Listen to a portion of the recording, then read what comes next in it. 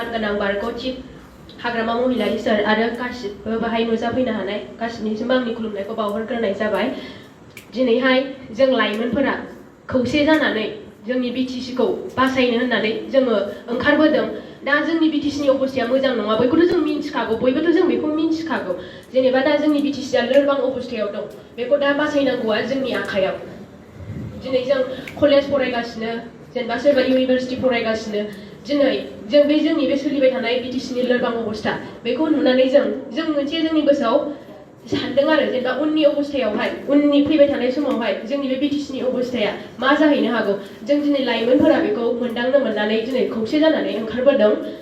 आरो दिनै बेवहाय गोबां सुबुंफोरानो सोंदों, जोंखौ दिनै सोंखारिदों, दिनै फरायसाफोरालाय मानो पार्टियाव ओंखारखो। खिन्थु सोंनाया बेबायदि जानाङा, फरायसाफोरा दिनै मानो पार्टियाव जइन जाफैखो, मानि थाखाय दिनै फरायसाफोरा पार्टियाव ओंखारनांगौ जाखो बा राजखान्थियाव मानो बाहागो लाफैनांगौ जाखो, कुइसना बेबायदिसो जानांगौ आंनि मथेब्ला। दा मोजां लिडारखौ सायख'नाया जों गासैबो लाइमोनफोरनि आखायावनो आं बेखौ सानो। आरो बेबायदिनो जों खौसे जानानै जोंनि बिटिसिखौ बासायनो हागोन होननानै आं सानो। थांनाय 15 बोसोराव जोंनि बे बिपिएफ दोलोआ जिबायदि खामानि मावबोबाय, इउनिभार्सिटि गैयिखौ लाबोबाय, कलेज गैयिखौ लाबोबाय, मेडिकेल कलेज गैयिखौ लाबोबाय। दा बेबायदि समावहाय नैबे बिटिआर एकर्ड जाखांनायनि उनावहाय जोङो जोंनि चिरां डिस्ट्रिक्टनि हिसाबैबो जों आसा खालामदोंमोन जे जोंनि चिराङावबो साइन्स कलेज मोनसे मोनगोन होननानै जों मिजिंथिदोंमोन। नाथाय बे 3 बोसोरसिमावहाय जोङो बेखौबो फैगोन होननानै आसा खालामाखै। आरो बिसिनि जिबायदि मावनाय बेखौ जों बिटिसि जौगानायनि थाखाय खामानि मावदों होननानै जों सानाखै। दा बेनिखायनो जों गासैबो लाइमोनफोरा खौसे ज' जानानै जोंनि बे बिपिएफ दोलोखौ सापर्ट खालामबानो जाबाय आरो खालामलांगोन। आरो गोबां लाइमोनफोरा फैनानै बाहागो लाबावगोन बेखौ मिजिंथिनाय जादों। दिनैहाय जोंहा बिटिसि सुक्ति जानायावहाय 6 सिडुल मोननाय हिसाबै आयेन दानो हानाय जोंना खमथाफोर दंमोन, बेफोरबो दिनैहाय बे खमथाफ्राबो जोंना गैला, डाइरेक्ट डिसिनि आखायाव हरबाय। थ' जोंनि बे बिटिसिया स्टेट गभर्नमेन्टजों सालायजानाय जाबाय। दा बेफोरबायदिनो जोंनि बे बिटिसि सुक्तिनि माखासे खमथाफोरा जोबलांगासिनो दं। बेखौबो दा जों लाइमोनफोरनियाव मोनसे जेनेबा साननाय फैदों आरोबाव उननि समावहाय माबायदि जालांगोन। आरो प्रमद बर' बिथाङा होनदोंमोन न'खर न'खर साख्रि राननानै होगोन, रावबो बर' बिमायाहाय थानो थाखाय न' गैयै जानांनाय नङा होनदोंमोन, जानो थाखाय माइरं गरसे गैजायै जानाङा होनदोंमोन। नाथाय बिदि खालामनोब्ला बिथाङा हारिनि थाखाय जुदि एफाबां मावनो गोसोमोनब्ला, एफाबां गिदिर गिदिर जोंखौ प्रमिस खालामलांदों, जोंबो प्रमद बर' सारखौ मोनसे समाव मोजां मोनोमोन, जाथिनि थाखाय गोबां गिदिर गिदिर बाथ्रा बुंदोंमोन। नाथाय बिथाङा मोनसेबो जाथिनि थाखाय मावाखै। आरो गाव जुदि सासे गावनि जाथिखौनो नायनो हायाखैब्ला आरो बियो दस्रा गुबुन जनजातिफोरखौ मा मावगोन, बिटिसिनि जौगानायनि थाखाय मा मावगोन।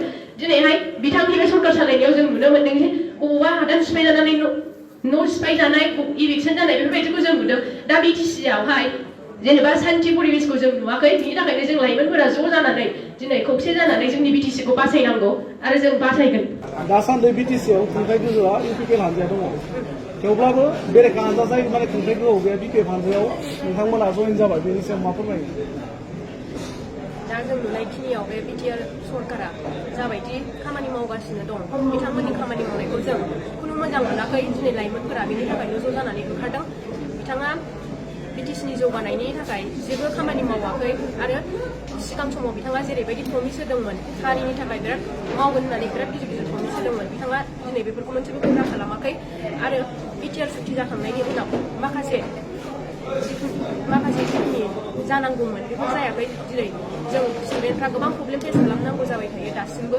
इउनिभार्सिटिनि सिङाव जेनेबा जेसेबांखिनि कलेजफोर दङ, एखनबा रिजाल्ट थाब नांगौ बायदि समाव मोना, लेखा नांगौ बायदिखिनिखौ होनो हायाखै।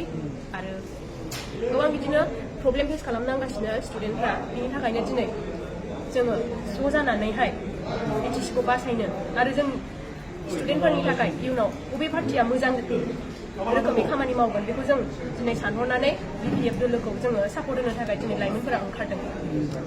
फैबाय थानाय समाव बिपिएफ हानजाया खुंथायाव फैगोन होननानै मिजिं खालामनो हामारो नामा? सियर फैगोन, फैथारगोन। दिनै जेबायदि लाइमोनफोरा बाहागो लादों बेखौ जों सानहरोब्ला, माने जोंबो माखासे जोंबो गोबां जेनेबा ज' रायलायलायोना, दिनै जोंनि सोलिबाय थानाय समफोरनि जेनेबा माखासे जों रायलायबाय थायो। ओमफ्राय बिदिनो गोबां लाइमोनफोरा फैगासिनो दं आरो फैबावगोन, बे जाखाबाय।